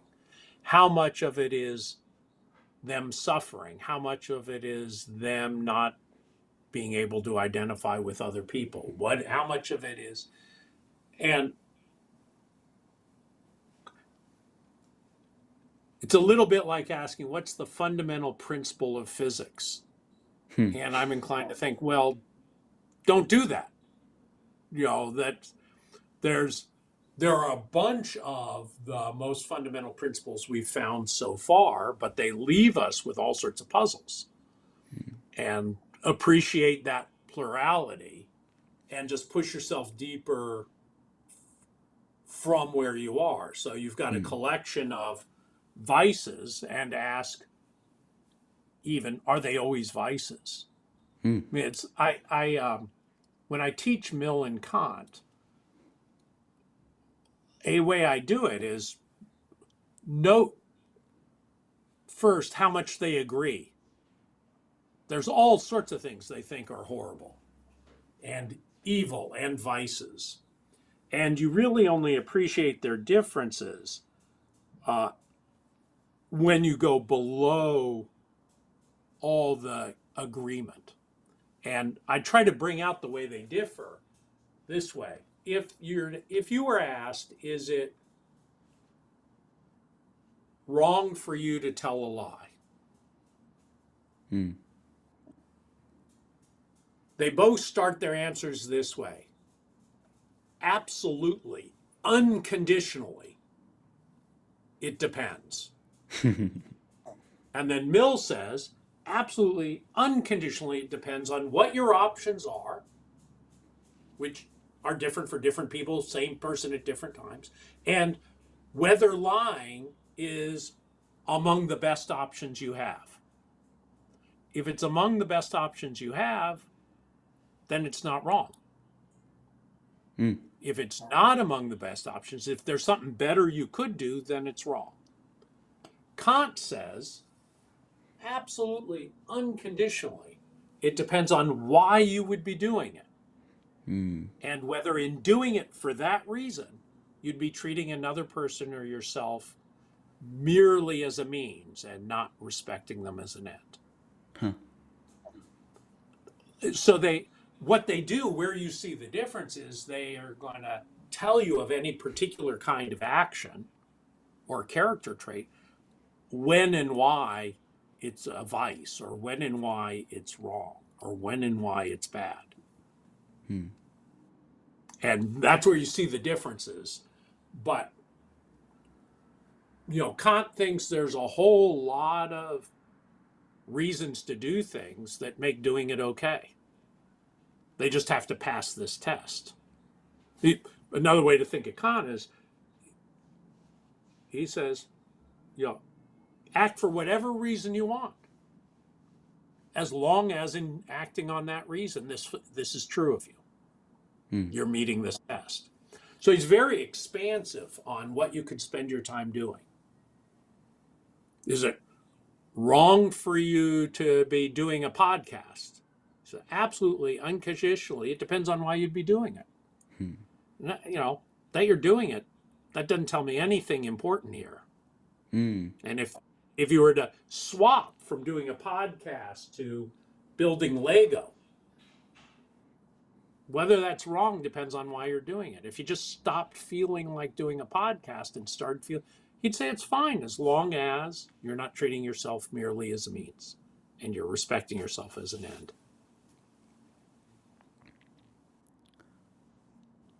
But it seems like a description, a comparison of two different behaviors could tell you enough for you to make a comparative, evaluative judgment. Like if someone tells me, oh, they are, sitting by their, well, geez, what an example that just popped up in my head. But if they're sitting by their dying mother, like comforting her, and engaging in meaningful conversation. Well, meaningful, I snuck in a term, but that seems meaningful, right? More meaningful than if someone says, I just decided to like count blades of grass for the rest of my life. Maybe both are enjoyable, or in neither case they're treating what they're doing as a means to an end, but still it seems like one way of going about it is more important or valuable than another. So is that still consistent with Kant's kind of broad picture? So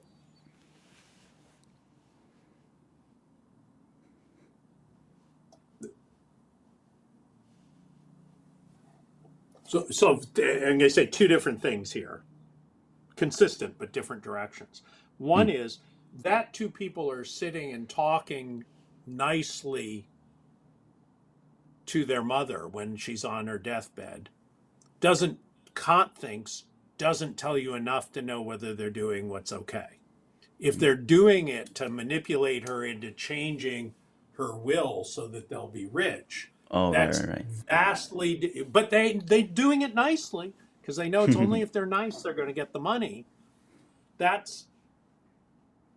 they would say is they're treating her merely as a means to getting more money. They're not respecting her as an end in the process. Did you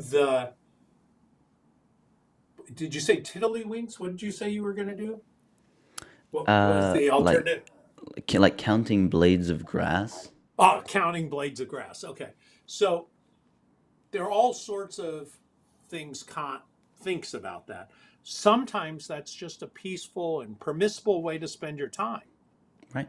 You're just lying on the grass with a friend, you're talking and you're counting pieces of grass and say, people always talk about this as wasting your time, but it's so peaceful and nice. Look how much grass. That's, one kind of case.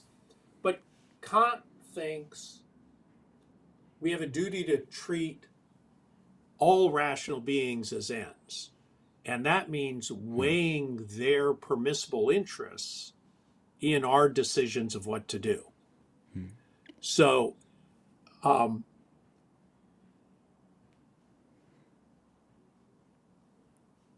counting blades of grass rather than helping the child who just tripped. And you saw them trip and you see that they need your help and comfort, and you saying, don't feel like it. That's impermissible. So he's got these resources in his understanding of our psychology to say, just knowing what the behavior is doesn't tell us enough. And he has this distinction between doing your duty and doing your duty because it's your duty.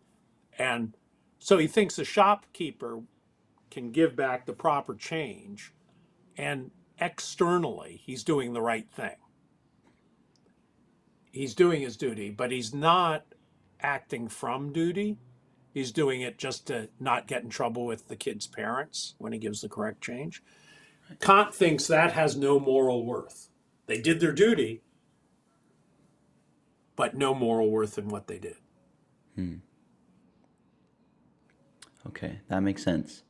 I mean, shoot, this has been a great conversation, and I usually learn more from the preparation I do in advance, for an interview. Okay, I read a book, I read several articles, I watch interviews and lectures, and it's like that's what gives me the most content, and I appreciate that. And then I have the conversation, and I don't want my conversations to just be summaries of what I can already find out there in the world. Right. So Yeah. this is like a great example of, okay, I think, at least for me, I'm making progress in my head and learning about different ways. I mean, I've never read Kant, he's a classic, but I haven't read him yet. And so learning about how he Almost sees nobody has. right. So learning about this thing that's, his name is very well known in philosophy, but obscure to to most of the world. There's something valuable in that to me. So I want to thank you for that. One of the Cool. the last question I ask pretty much Okay. all my guests is, what's something on which you've changed your mind? So it can be related to metaethics. It can be something we've been talking about, or it could be really anything. It could be from you've changed your mind because of your studies, or a personal experience, or just conversations with people throughout the years. Just I'm curious, because you haven't maintained the same exact beliefs all your life. So just wondering Right. how it's developed.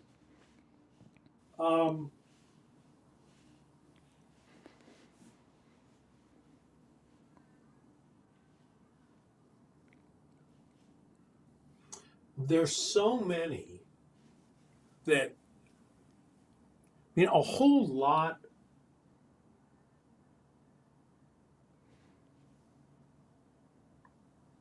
I'm trying to think. So one thing that's very vivid to me is how my thinking of moral theory has changed over the years, and started off kind of with the fair amount of confidence in intuitive judgments, and then started to read some intuitionists who sort of endorsed the kind of views I found very attractive, and then got into consequentialism and utilitarianism and thought, oh, this is such a systematic theory. They can explain why we think this, why it's good for us to think it, but it's not always true when we think it, and they can tell us why. And I found that very exciting. And then I was pretty seriously influenced by Rawls. And then I started to see a lot of problems with Rawls, and then a different kind of contractualism appealed to me. And along the way, I had to read Hume, who I didn't really understand for a while. And then I had to do this PhD exam on Hume, spent a summer reading him, and all of a sudden I thought, oh, this is so beautiful, and people haven't understood him. And so all sorts of views I had about what Hume believed from reading snippets and other people's papers, I came to believe are not right about him at all. And Same with Kant. There's so a whole lot of changing my mind is just coming to see how much more there is to views than I saw at first. That's the main thing. Um, but that process is constantly then changing my mind. Right. Um, so um,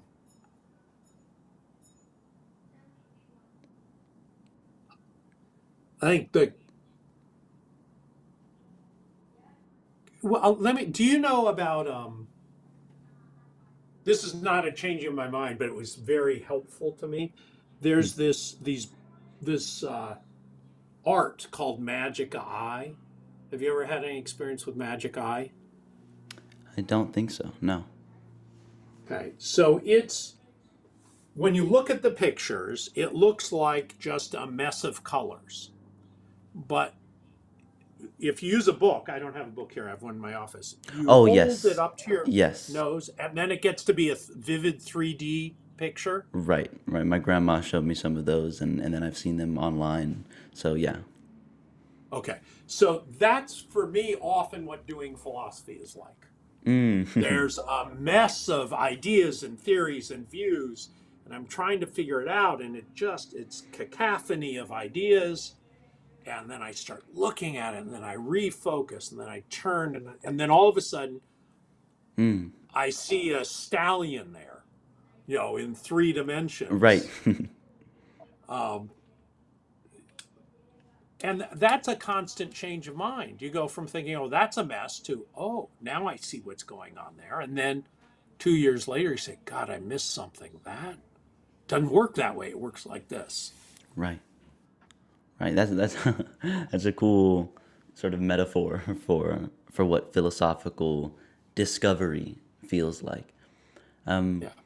Okay, yeah, I mean, thank you again. If you have any concluding remarks, maybe you want to summarize how you think of the nature of goodness and its foundation, or maybe you want to point people to good resources online, or the classic pieces of literature. You mentioned Plato's Republic, you mentioned Kant and Mills. So just however you'd like to end it, we'll do it that way. Well, so what I do, I teach a course almost every year that starts with the Republic, goes to Nicomachean Ethics by Aristotle, then shifts to John Stuart Mill's utilitarianism, and then ends with Kant's groundwork.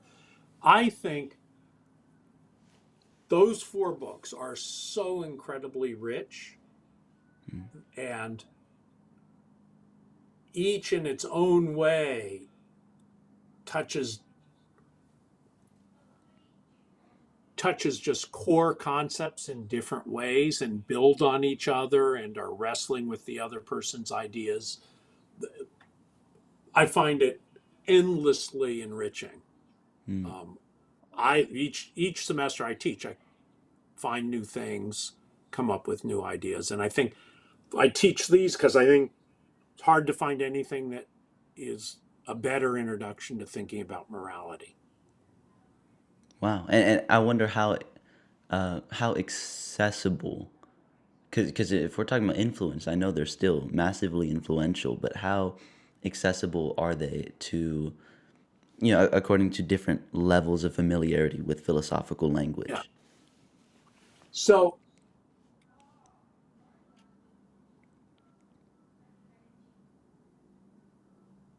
one of the things, yeah, I'm trying to think how to say this. I think they're hard, and Mm. that's why it's good to teach a course on them. Mm. I hate the idea of teaching a course where everything that's in the course the students could learn on their own. Mm. Um, then you say, well, why am I here if I'm not helping you to learn stuff you couldn't learn on your own? Uh, but I think Plato and Aristotle, with a little secondary sources, are pretty comprehensible and different enough that they're exciting. Hmm. You know, Plato's dialogue, get a translation that tells you who's speaking. Not all of them have that, so you don't have to wrestle with that. But it's just a line of thinking that I think most people will have no trouble with. All right, thank you. So this has been informative and fun for me. Hopefully For for me too. awesome. That's what I hope. So to our audience, I hope you've been educated and challenged. So to everyone, peace.